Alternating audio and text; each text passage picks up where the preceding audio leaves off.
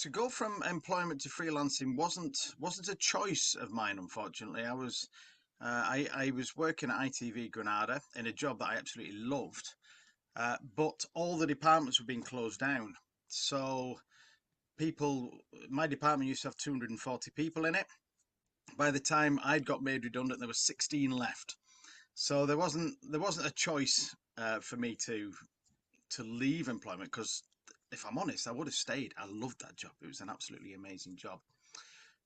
But I once I knew that this was inevitable, that I'd have to leave. My only thought was that I want to keep on doing what I'm doing, and the only way to keep doing what I'm doing is if I was in control of it. So I needed to set up my own little team and continue the fun stuff and the things that I was enjoying, but under my own steam, under my own volition, so that I could make the decisions. And luckily, it started pretty well because we just moved from being employed there to having a new company, and we just carried on doing the same things that we always used to do. We literally just ported all of the programs that Granada was making into my own company, and we just carried on. And I had a rather false sense that this is an easy thing to do. I was like, why is everyone doing this? I'm just making loads more money and everything's fine. But it didn't continue that way. So I think the real test that I had was a couple of years later on, when that work dried up, when the industry changed, the sector changed, and we had to then try and reposition ourselves in order to keep going.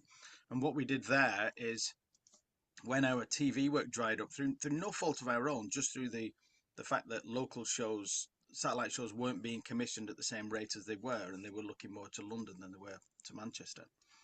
So we had to go into what people call the corporate video world, but I hate the word corporate because it just sounds grey and bland, and we try not to make anything grey and bland. So we call it promotional videos. And we were lucky to be given a shot at a really big one that was tied to our TV days. But then after that, we had to go out. And at the time, Dreamscope was a partnership. There was myself and my business partner, Sarah, and she were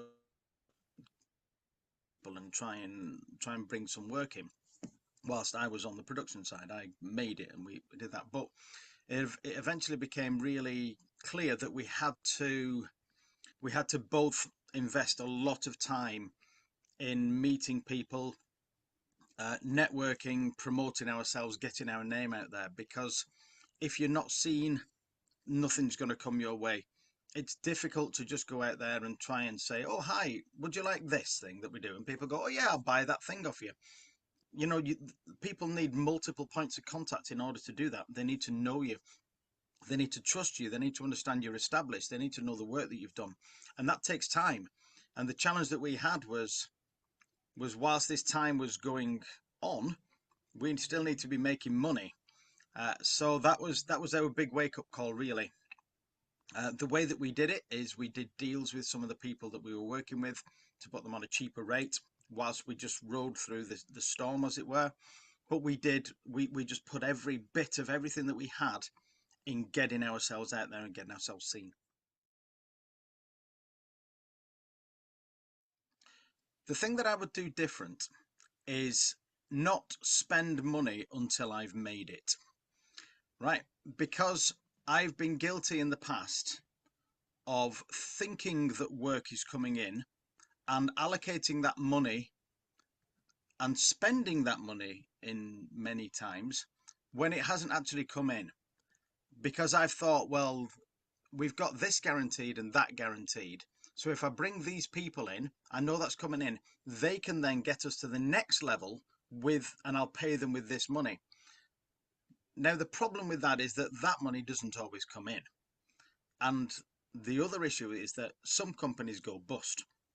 And I've had a number of companies go bust on me, like tens of thousands of pounds worth of losses, uh, with money that I've already spent in my head. So the absolute big takeaway lesson for me was spend what's in the bank, not what you think is going to be in the bank. prior to COVID, my business was quite linear in the sense that we found clients that needed video production. We then went out and made it, you know, conception to completion. We filmed it, we edited it, we delivered it, posted it on the TV if necessary. You know, we got it certificates. We did everything that we needed, but the work was quite similar. Very varied projects, but the same process. And I'd always have people speak to me and say, you know, oh, can you help me out? Because we don't really have a marketing budget, but we need to get these videos. We don't really know what we're doing. And I didn't used to have any method of helping people do that, because in the back of my head, I'm thinking, well, you haven't got any budget, right? So not necessarily what's in it for me, but more to the effect of I'm so busy with all this. The only time that I can give you is my own free time if I was going to do this. And that free time is quite precious to me because I have, you know, a family, I've got my little boy, etc.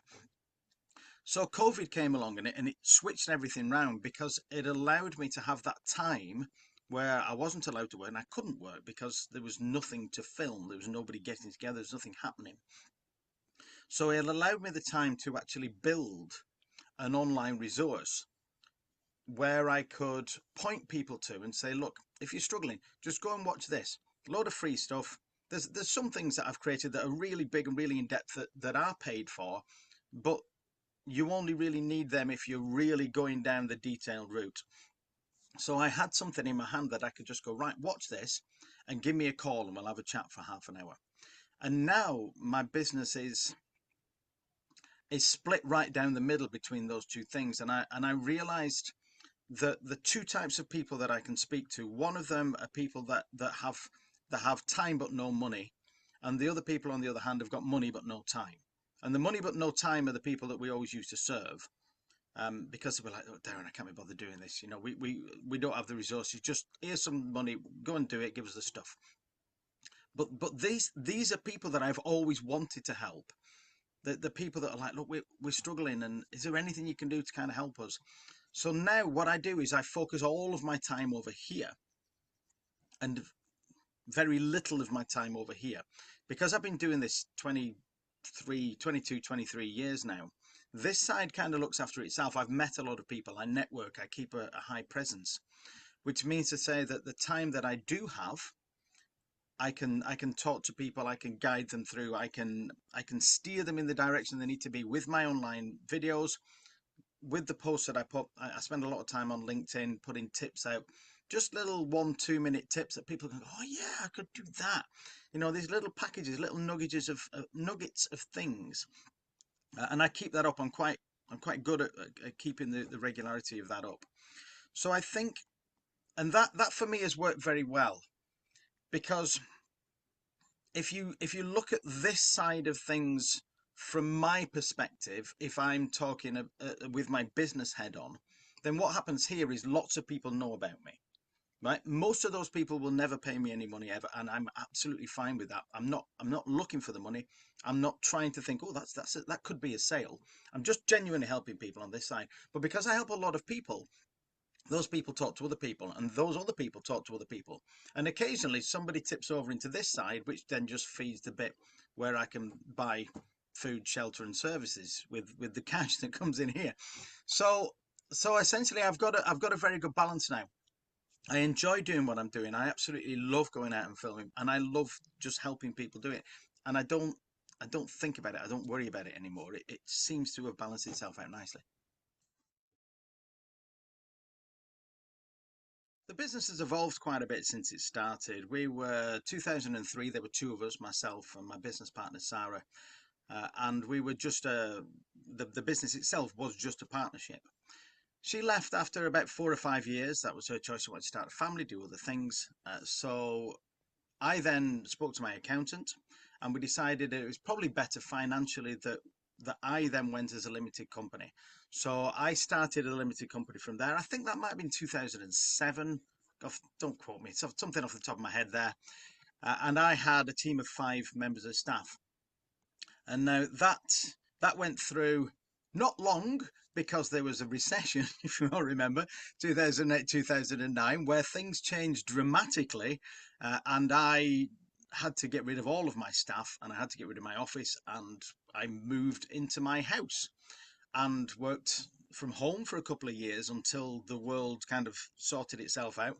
I then, 2011, started to build back up again once things, we could see that work was coming in. We could see that the world was being a little bit more accepting of business once again. So I then built back up to having a 5-member team of staff, until 2018, when things kind of went badly again, and I was, if I'm perfectly honest, I was struggling to maintain such a high level of wages every single month, because the issue in lots of industries is that you don't get paid in a linear way. You get paid sometimes a big chunk of money here and nothing there. So if you go for a couple of months without a great deal of work, you've still got a couple of months worth of wages to pay. And it went to a head, whereas I had to liquidate that original company, and then I set up another company alongside to carry on doing the work for my clients. And it was all done legitimately through the liquidators, through the accountants, etc. And since then, so since the start of 2019, I still have a limited company. It's a slightly different limited company, but same branding. We've kept the Dreamscope branding all the way through, and all my clients have just been ported over to one. But it's now just me, and all those people that used to work for me, or most of them, are now freelancers. So we still all work together, but I'm a lot more flexible now, and to be honest, I'm a lot less stressed, because the pressure of having a large number of people relying on you is huge. And now I'm a lot freer, to a lot more headspace, a lot, and I enjoy the process a lot more. The things that have worked for me to get new clients, it's always been the personal touch with me. The things that I'm personally involved in, because I'm so entrenched in my own company, it is essentially me. If I'm meeting people and I'm talking to people, then I can get that genuine connection across. And once you've seen people, once they've figured out that, oh, this guy's been doing this a long time, and here's a lot of the work they've been doing, and wow, it's vastly different. I tend to find that getting new clients is tough, but it's a waiting game.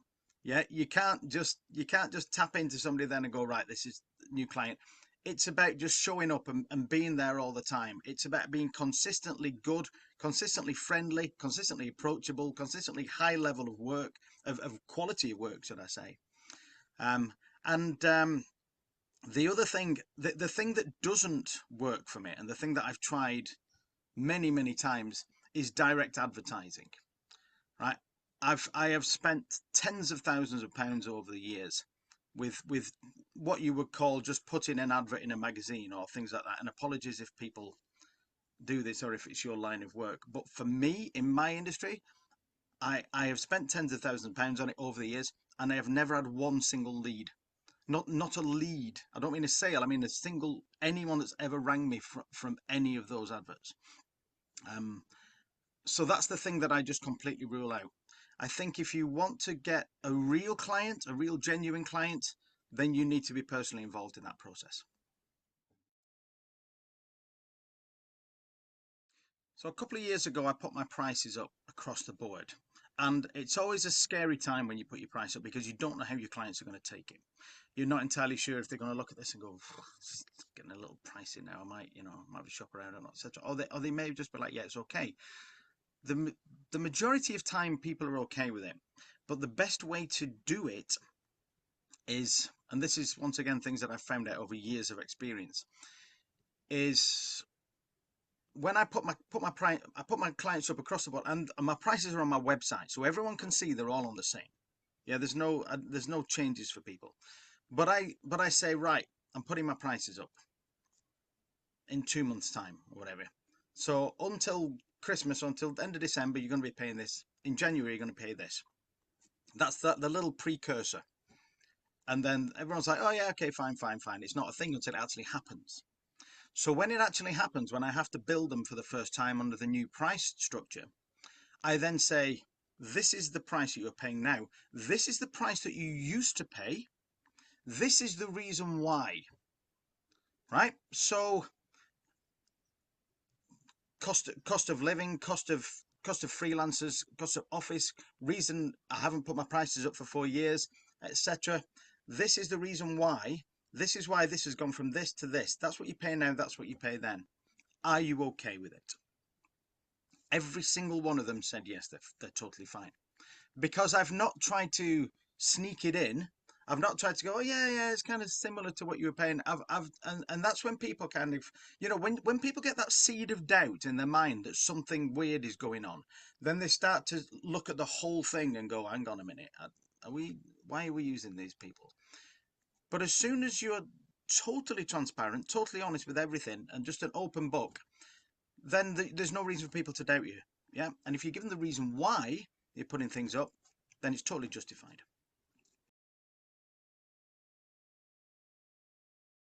Client retention for me falls down to one thing. It falls down to honesty. It falls down to just being totally transparent to all of your clients all of the time. If something goes wrong, you tell them. If something's brilliant, you tell them that as well. I had one of my clients just a couple of years ago when I put my prices up, and they did have a bit of a shop around to see, if they could get what we're delivering for a similar price or for a cheaper price.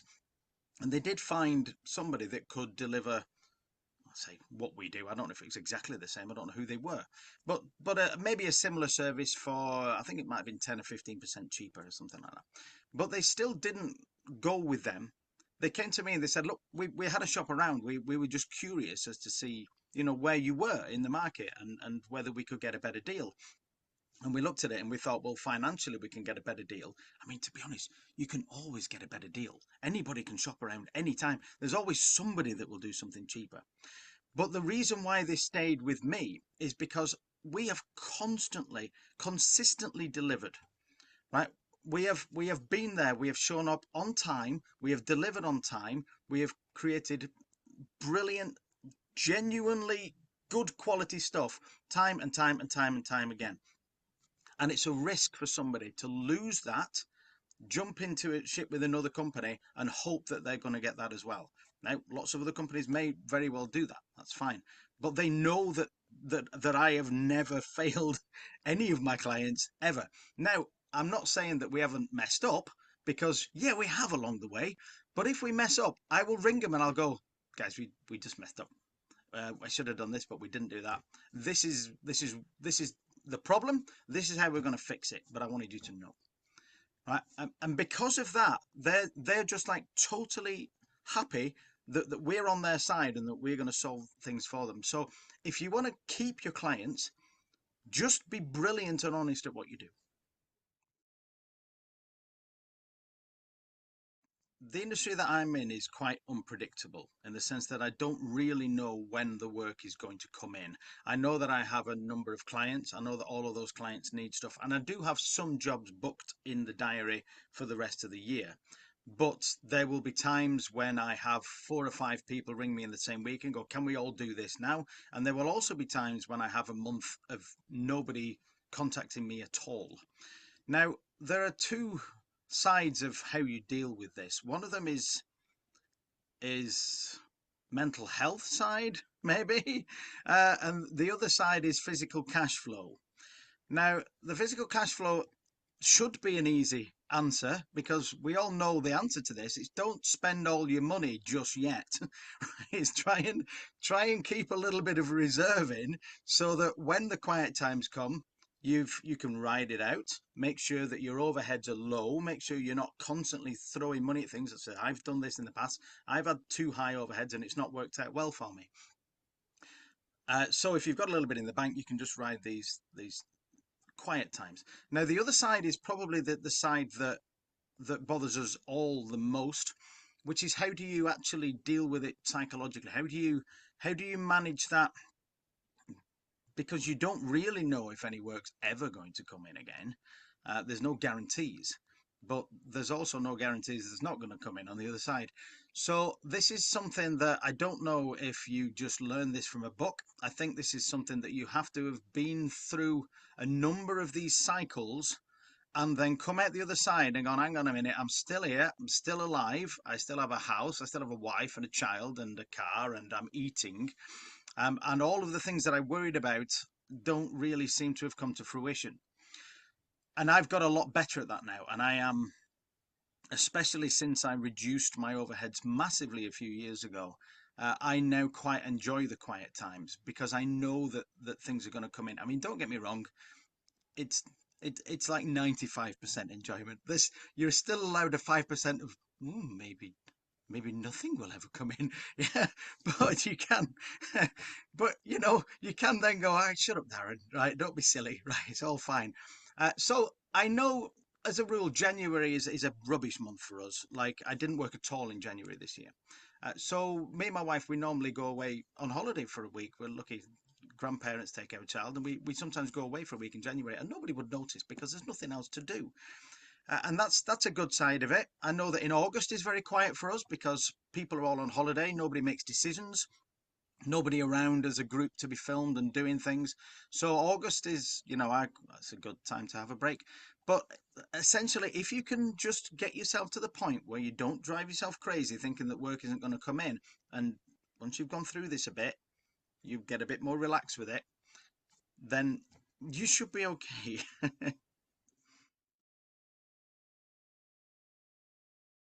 There's one red flag that I've spotted time and time again, and every time that company or that person has said this to me, nothing has ever happened. So, and I'm expecting a lot of people to have a little giggle when I say this because a lot of people have experienced this. So, is there any chance you can do this one at a reduced rate for us? Because there's loads of work in the future and we just want to get this one, right? If you can do this one cheap for us, then we're going to put you in so that you get all of the stuff in the future, right? That is absolute bullshit, right? It's just, I have never in 23 years, I have never had the work after the cheap one, right? Because what they're actually saying is, will you do me a cheap deal? That's it, end of sentence, right? So that now is a massive red flag. So when your clients like add little bits on, when you've already quoted, when they've maybe paid the deposit, or you've agreed on the price, and then they're like, oh, can you do this and can you do that? It's entirely up to you how you deal with that. But depending on the size or the amount of thing that they're asking you to do, there are a few different ways of doing it. The way that I deal with it, and I've just last week been working on one of those projects that's starting to get away from me a little bit. But what I do when we've sent the initial thing off and then something comes in, I will then redo the budget. I won't add any more money on, but I will say this bit is free of charge, genuine. What's it called when you offer? Like a piece of, no, not that, like nice offering thing. Yeah, there's some words you can put in there. That's fine. Because next time when they ask you for something else, you can then go, hang on a minute, you've got a free one here and you've got a free one here. I flag them all up and I say, I'm happy to do a little bit because we've got a good relationship, everything's good. But now we're heading into the realm of I'm going to have to start billing you for this. So what do you want to do? Do you want me to just do this little bit of free bit extra like we did last time? Or do you want to start paying for more things? Because then you're asking them. You're not doing that offensive thing, not offensive, but on the offense, when you're like, right, you want that, you're going to have to pay me for it. Because that's when we all get our backs up. You're actually just putting the questions to them. You're saying, I'm happy to do you a little bit of extra. We've got a good relationship, but I can't just keep doing it. So where do you want to stop? Or do you just want me to bill you for this extra stuff? And that's worked fine for me over the years. I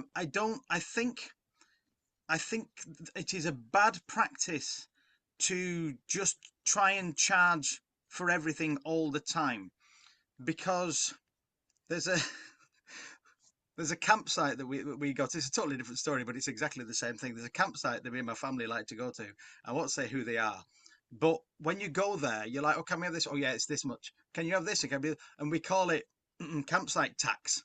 because you go there and they try and just rob little bits of money off you for everything. So we actually don't go there anymore, right? So there is a right balance of how to manage this, and it is once again the same as what I always say. Just be totally honest with people. Yes, I'm happy with this, but I'm not happy with that. Let's discuss what's most important to you. You're going to get a lot of knockbacks when you're freelancing, when you're starting up a company. You're going to need to have quite a strength of character. And that doesn't need to be something that you were born with or that you've got already. It needs to be something that you were determined to grow and to maintain and to understand. Because not everything will work out. Some of the jobs that you think are guaranteed will disappear. Things will happen that are unjust, that are unfair, that keep you up at night. I am very guilty of taking all of these things too personally. Um, excuse me. Ghosting, which is ghosting now, it used to just be called ignorance. The same thing is something that I really struggle with still as a business owner. If I've been talking to somebody and we've had a good relationship and we're bouncing things back and forth, and then I carry on talking and then they just don't reply, and then I send them something on email, they don't reply, and then I send them something personally on LinkedIn and I see that they've read it and they don't reply. That actually can keep me up at 2 o'clock in the morning, because it's unfair and it's unjust, and it shouldn't, because it's their problem. Those are the bad people, right? I don't mean bad people, but they need to sort themselves out. It's not something that I need to do. But you need to be aware that these things are gonna come at you from all sides. And I'm not trying to be negative about things here. I'm trying to make you understand that we're all in the same boat here, that this happens to everybody, no matter how long you've been doing it for, no matter whether you're starting out. But also you'll find that amazing things come from nowhere, from the leads that you didn't even know you had, from the conversation that you had 3 years ago, that somebody's accidentally remembered you and then gone, oh, you know that person. And then, I had a job like that last year.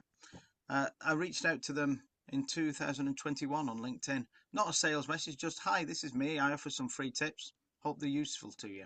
Right. And then last year he just sent me a reply. Didn't reply before. And he went, hi, can we have a chat? And it's like, wow, that's quite bizarre. But those things do happen, so be prepared to have quite a roller coaster ride, right? But I wouldn't change it for the world. I've absolutely loved doing what I do. I still absolutely love doing what I do. Yeah, I have the bad time, the down times, the difficult times, but also the amazing, high, happy, brilliant, genuinely fun times. If you're one of those people that either can manage that or knows that with a bit of practice you can manage that, then you're going to be fine. Just keep your chin up, keep your presence high, keep known, keep seen by everybody. Things will start falling into place.